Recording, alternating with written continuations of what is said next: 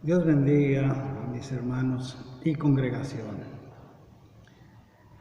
Quiero continuar con la segunda parte. Jesucristo es el mismo ayer, hoy y por los siglos. Para fundamentar esta segunda parte voy a leer en San Juan 3:6, que dice de esta manera: el que es nacido de la carne, carne es, y el que es nacido del Espíritu, Espíritu es. ¿Qué nos da a entender este verso? Este verso nos hace saber que hay un nacimiento humano, como hay un nacimiento del cielo. Este nacimiento humano es conforme a la carne y piensa en las cosas terrenales.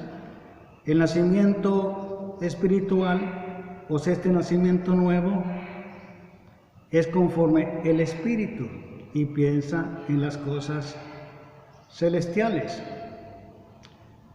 En el versículo anterior, el versículo 5, cuando Jesús dijo: el que no naciere de agua y de Espíritu no entrará en el reino de Dios.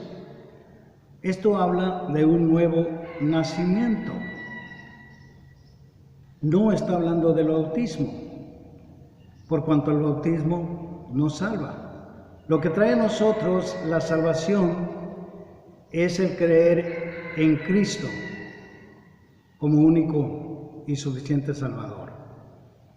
Como nos dice en el versículo 1, en el capítulo 1, el verso 12, y a todos los que le recibieron le dio potestad de ser llamados hijos de Dios, a los que creen en su nombre, los que no son engendrados de sangre, ni de voluntad de varón, ni de voluntad de carne, sino de Dios. Esto quiere decir que el nuevo nacimiento es cuando nosotros creemos en Cristo, cuando nosotros creemos en ese sacrificio que hizo por cada uno de nosotros. ¿Qué quiere decir esto? Que cuando nosotros nos bautizamos, cumplimos con un mandamiento.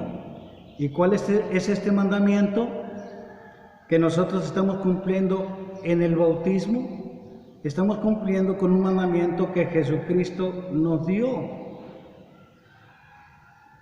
Y creemos que el bautismo solamente simboliza sepultura y resurrección. Eso quiere decir que nosotros nos bautizamos no para nacer de nuevo, nos bautizamos porque ya nacimos de nuevo.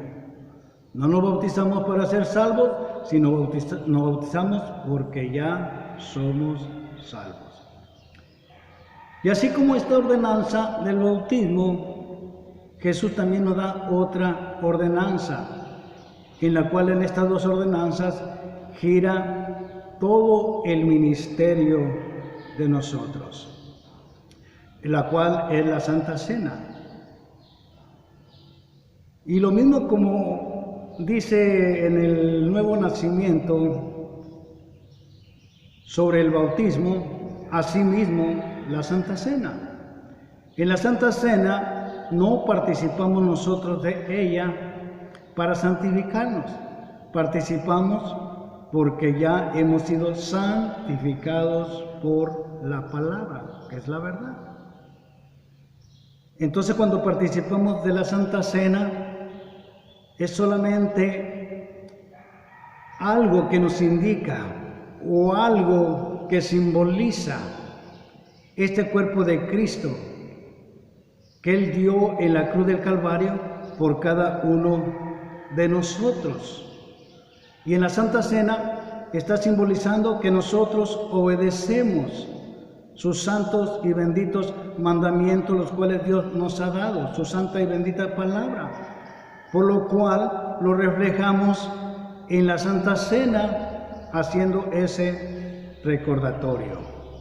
Pero vuelvo a repetir, nosotros participamos de la Santa Cena no para santificarnos, sino porque somos santificados por medio de Cristo Jesús y el Espíritu Santo.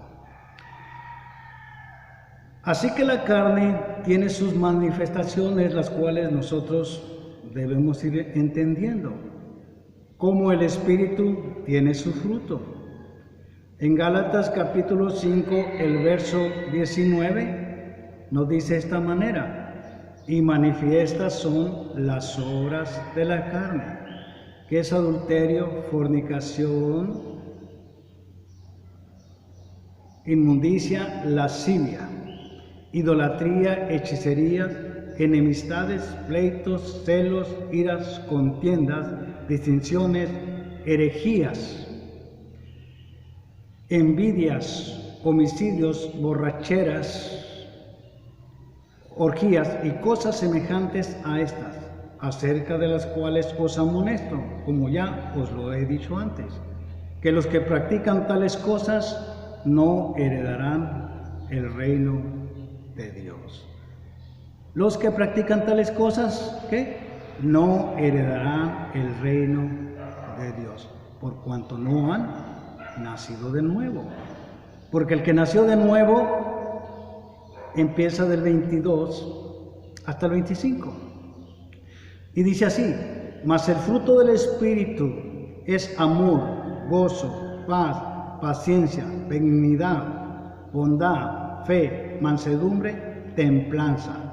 Contra tales cosas no hay ley. ¿De cuál ley nos está hablando? De la ley que nos condena. La ley del pecado, la ley que nos condena. Porque en Romanos 8:1 nos dice: ahora pues, ninguna condenación hay para los que están en Cristo Jesús, los que no andan conforme la carne, sino conforme el Espíritu. Y continuamos en el verso 8, que nos dice: mas nosotros no vivís según la carne, sino según el Espíritu. Si es que el Espíritu de Dios mora en vosotros. Y si alguno no tiene el Espíritu de Cristo, no es de Él. Entonces está muy claro. Más adelante vamos a explicar lo que es vivir en el Espíritu, lo que es andar en el Espíritu. Porque debemos entender que el andar en el Espíritu, vivir en el Espíritu, no es una manifestación de brincos, saltos, maromas y teatro. Entre más se manifiesten estas cosas en la cristiandad, pensamos que más espirituales somos. Pero la Biblia no está hablando de tales casos, de tales expresiones en esa forma, sino la Biblia está hablando de un sometimiento a su santa y bendita voluntad. Continuamos con el 24 de Efesios 5. Y nos dice: pero nosotros hemos crucificado la carne, esos deseos, con sus pasiones. Si vivís en el Espíritu, andemos también en el Espíritu. Así como se vive para una naturaleza humana y se manifiesta a través de la vida física y las acciones en el mundo. Asimismo, si nosotros vivimos por el Espíritu, entonces Dios se manifiesta su santa voluntad a través de nuestras vidas. Su santa voluntad a través de nuestras vidas. Quiere decir que si nosotros somos espirituales, no es como dije hace un momento, en brincar y saltar y hacer maroma y teatro, sino en cumplir la santa y voluntad de Dios. No quiere decir que con eso seamos perfectos y ya conozcamos todas las cosas. Pero como dice en Romanos 12:2, no conforméis a este siglo, sino transformados por medio de la renovación de vuestro entendimiento, para que comprobéis cuál sea la buena voluntad de Dios, agradable y perfecta. Quiere decir que nuestra mente está puesta en las cosas de Dios. Nuestra mente ha sido renovada y ha sido enfocada en la causa de Cristo Jesús, por lo cual nuestros pensamientos no pueden ser negativos a los de Dios. Y por medio de ese pensamiento renovado, no transformado, renovado, nuestro interior y nuestra vida se empieza a renovar por medio del conocimiento de su palabra revelada a nuestras vidas. Cristo hablaba en muchas metáforas, lo cual una metáfora es una comparación de la vida espiritual que nosotros debemos vivir. Ahora vamos a ver cuando Él habla a los judíos. Ellos no lo entienden, pero Jesús les dijo: escudriñad las Escrituras, porque en ellas os parece que tenéis la vida eterna, y ellas son las que dan testimonio de mí. Jesús ya les había hablado en mucha ocasión quién era Él y para qué había venido. Pero los judíos no entendían, porque todas las cosas las tomaban literalmente. Pero Jesús los quería llevar a un estado espiritual, a un estado de obediencia a Dios por medio de Él, los cuales ellos no podían entender y captar las cosas que Dios les quería infundir.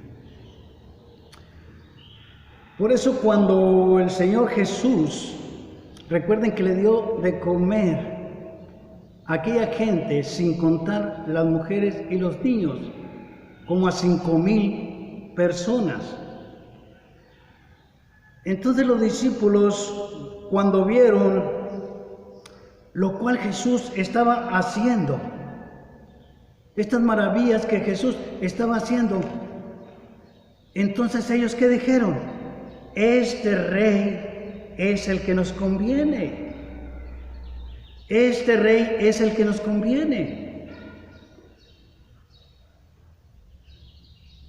Fíjese bien, estaban pensando ellos en las cosas terrenales. Porque los que comieron de aquella multiplicación de los 2 panes y los 5 peces, esa comida no era para vida eterna, aunque venía sobre un milagro que Jesús había hecho, no era para vida eterna. Ellos tenían que volver a comer. Y Jesús no quería llevarlos a esa situación, sino quería llevarlos más allá, que entendieran lo que era una vida espiritual. Entonces en el capítulo 6,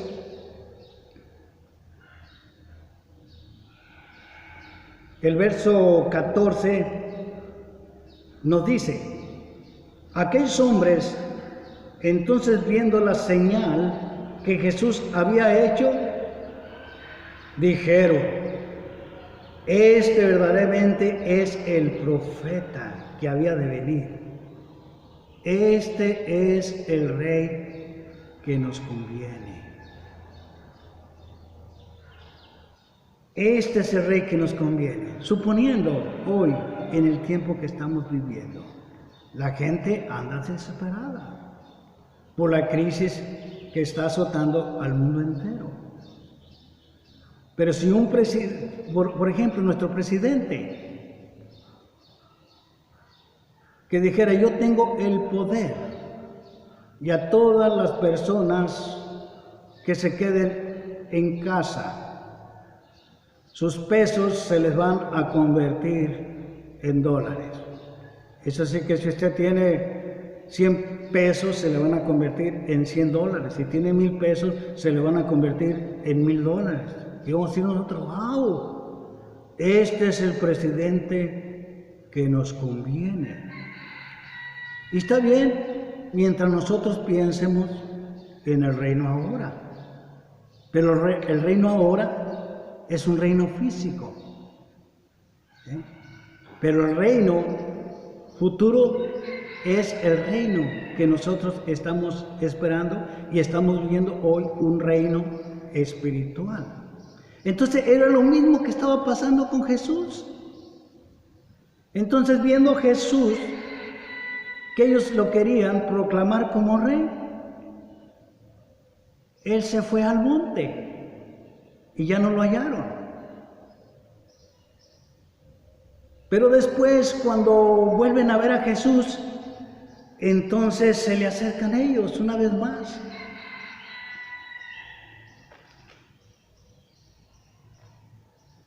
Se le acercan a Jesús y le dicen, Maestro, te andábamos buscando. Y dijeron ellos, ¿ahora es cuándo? Este es el rey que nos va a convenir. Este es el rey que nos va a sacar de la crisis económica. Este es el que va a darnos de comer cuando no haya. Esto es lo que nosotros estábamos esperando.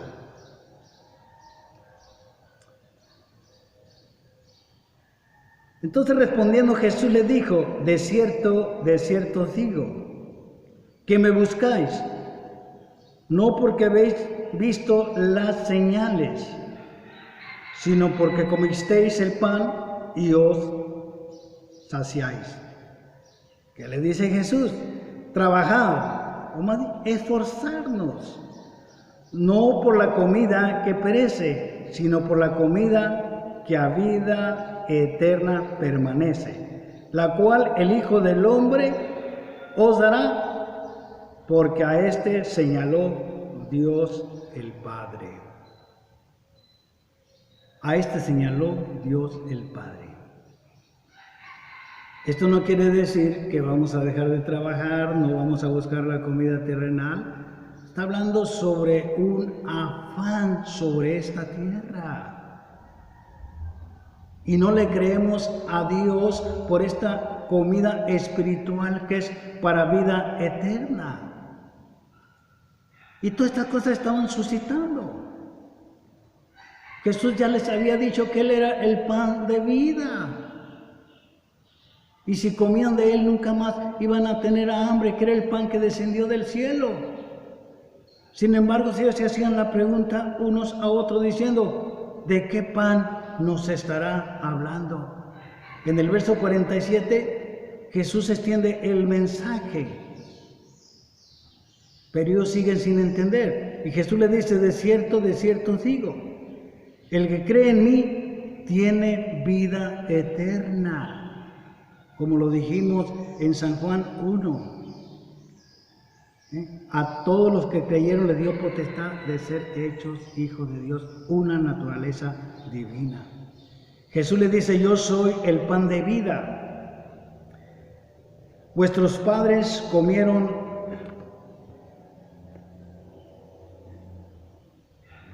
el maná en el desierto y murieron. Este es el pan que descendió del cielo, para que de él come, no muera. Yo soy el pan vivo que descendió del cielo. Si alguno comiere de este pan, vivirá para siempre. Y el pan que yo le daré es mi carne, el cual yo daré por la vida del mundo. Jesús estaba hablando de su crucifixión, de este sacrificio que iba a hacer por nosotros. Pero ellos no lo entendían así. Por eso es que discutían entre ellos. Y decían entonces los judíos,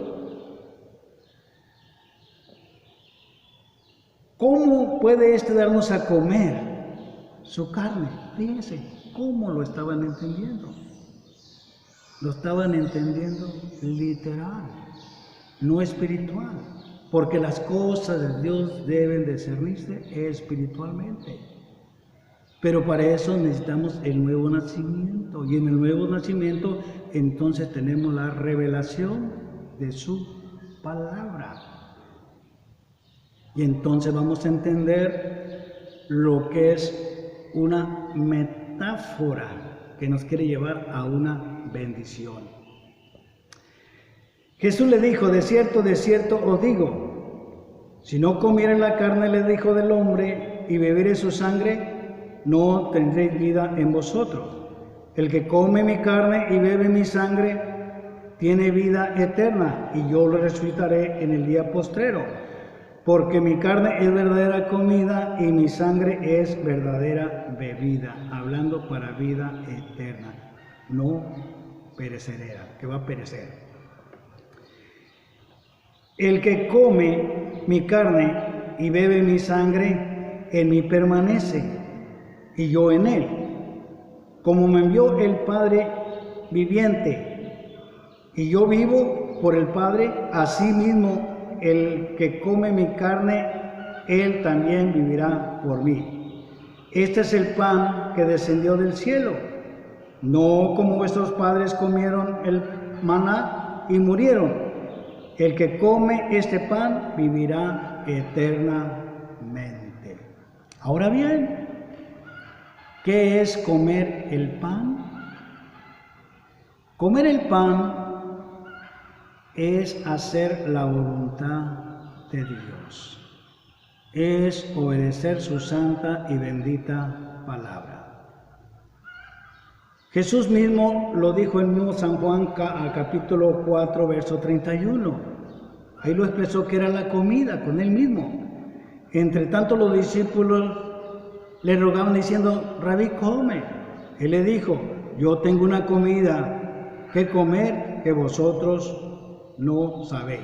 Entonces los discípulos decían unos a otros, ¿le habrá traído alguien de comer? Jesús les explica, le dice, mi comida es que haga la voluntad del que me envió y acabe su obra. Mi comida es que haga la voluntad del que me envió y acabe su obra. Fíjese bien, entonces comer este pan es comer la palabra de Dios, que significa hacer su santa y bendita voluntad. ¿Y cómo vamos a hacer su voluntad de Dios? Obedeciéndolo. Jesús mismo lo expresó a sus discípulos en la oración, cuando le dijo, santifícalos en tu verdad, tu palabra es verdad. Como tú me enviaste al mundo, así yo los envío al mundo.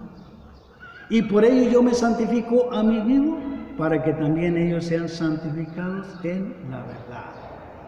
La palabra sea revelada a ellos. Entonces, qué maravillosas palabras que nosotros podemos entender. Y todo va apuntando a una sujeción a Dios. Jesús en esta tierra se sujetó al Padre para deshacer las obras malignas del enemigo. Pero para poder deshacer las obras era estar unido al Padre. Así también nos manda a nosotros. Si no estamos nosotros sujetos o sumisos a Dios, no vamos a poder nosotros vencer estas huestes malignas que se están apoderando del mundo entero. En Santiago capítulo 4, el verso 7 nos habla claramente y nos dice, someteos pues a Dios, resistir al diablo y él huirá de vosotros. ¿Qué es someterse a Dios? Someterse a Dios es obedecer su voluntad. Pero fuera de Dios, como dijo Cristo, fuera de mí, nada podéis hacer. Es como una persona que va en un auto y el auto se detiene, deja su marcha. Entonces el chofer le dice, vamos a empujar el carro unos 50 metros para no dejarlo aquí. La casa está aquí cerca. Las personas empiezan a empujar. Se desgarran hasta el cansancio y hacen estrategias culpándose a uno a otro, pero el carro no avanza. Sin embargo, el chofer le dice, no, es necesario que se bajen y puchen para que el carro pueda moverse. Se bajan y empiezan ellos a empujar y el carro empieza a moverse, porque toman una base fija fuera del carro. Asimismo, como entendemos esto, debemos entender que mientras estemos en el pecado, no vamos nosotros a poder hacer nada. No vamos a poder liberar lo que nosotros queramos liberar. Esto es necesario poner fijos nuestra vida en Dios y entonces podemos nosotros ser bendecidos por medio de esta gloriosa palabra. Mire cómo nos sigue diciendo. Acercaos a Dios y Él se acercará a vosotros. Pecadores, limpiar las manos. Esto está hablando sobre los pecadores, pero no los incrédulos. Hay pecadores en los creyentes. ¿Y quiénes son esos pecadores? ¿Quiénes son esos pecadores? Son las personas mundanas, los que les gusta participar de las cosas del mundo. Voy a ser un poco explícito, porque a veces no entendemos o nos hacemos a los que no entendemos. Por ejemplo, el que le gusta escuchar canciones mundanas, los que le gusta ir a fiestas mundanas, los que le gusta dejar las actividades de Dios por otras cosas, por cualquier cosa. Esta persona se convierte en mundana porque prefiere las cosas del mundo que las cosas de Dios. No está hablando al no creyente, está hablando al creyente. Claro que al no creyente, venga como venga, por más vil pecador que sea, por persona más pecadora que sea en el mundo, la aceptamos venga como venga, porque aquí Cristo va a hacer su transformación.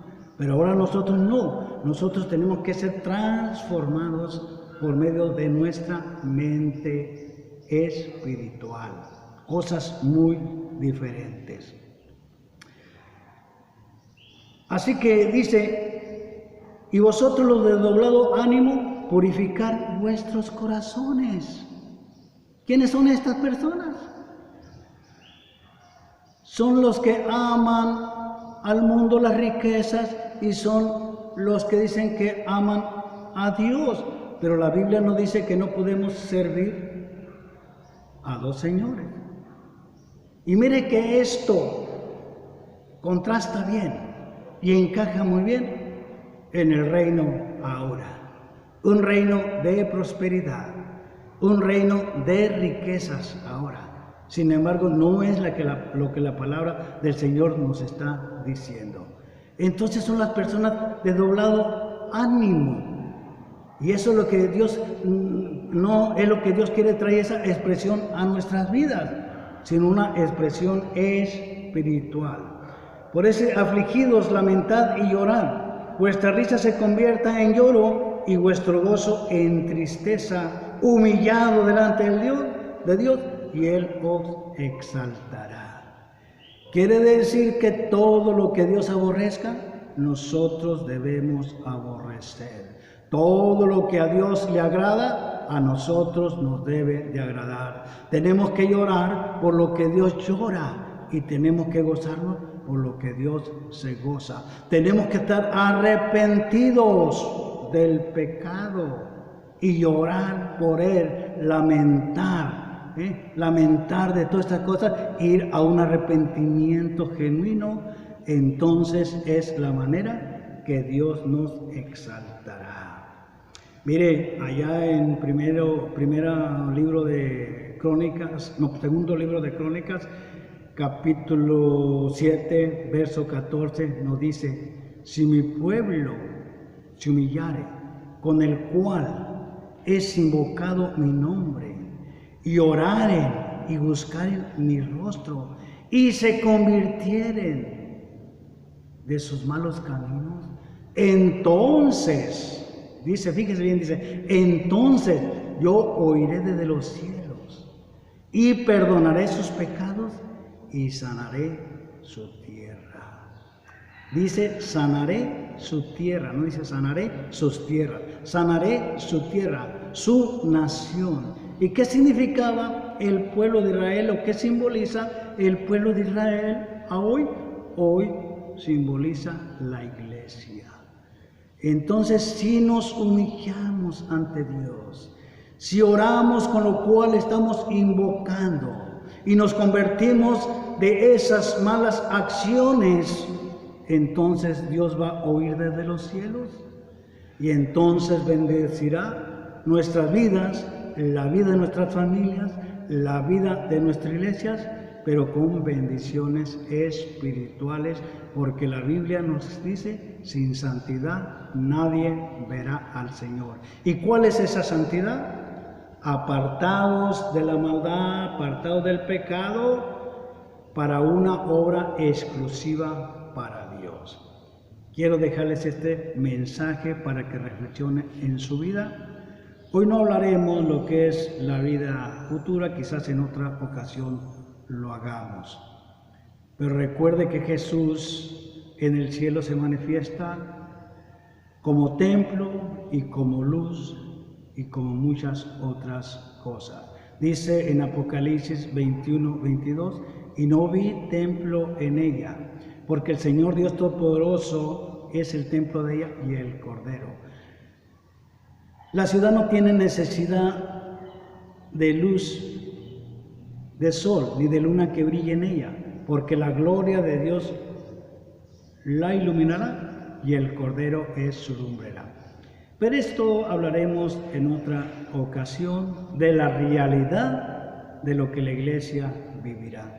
Que Dios me la bendiga, amada iglesia, amados hermanos, y que la bendición del Padre, del Hijo y del Espíritu Santo sea con todos ustedes.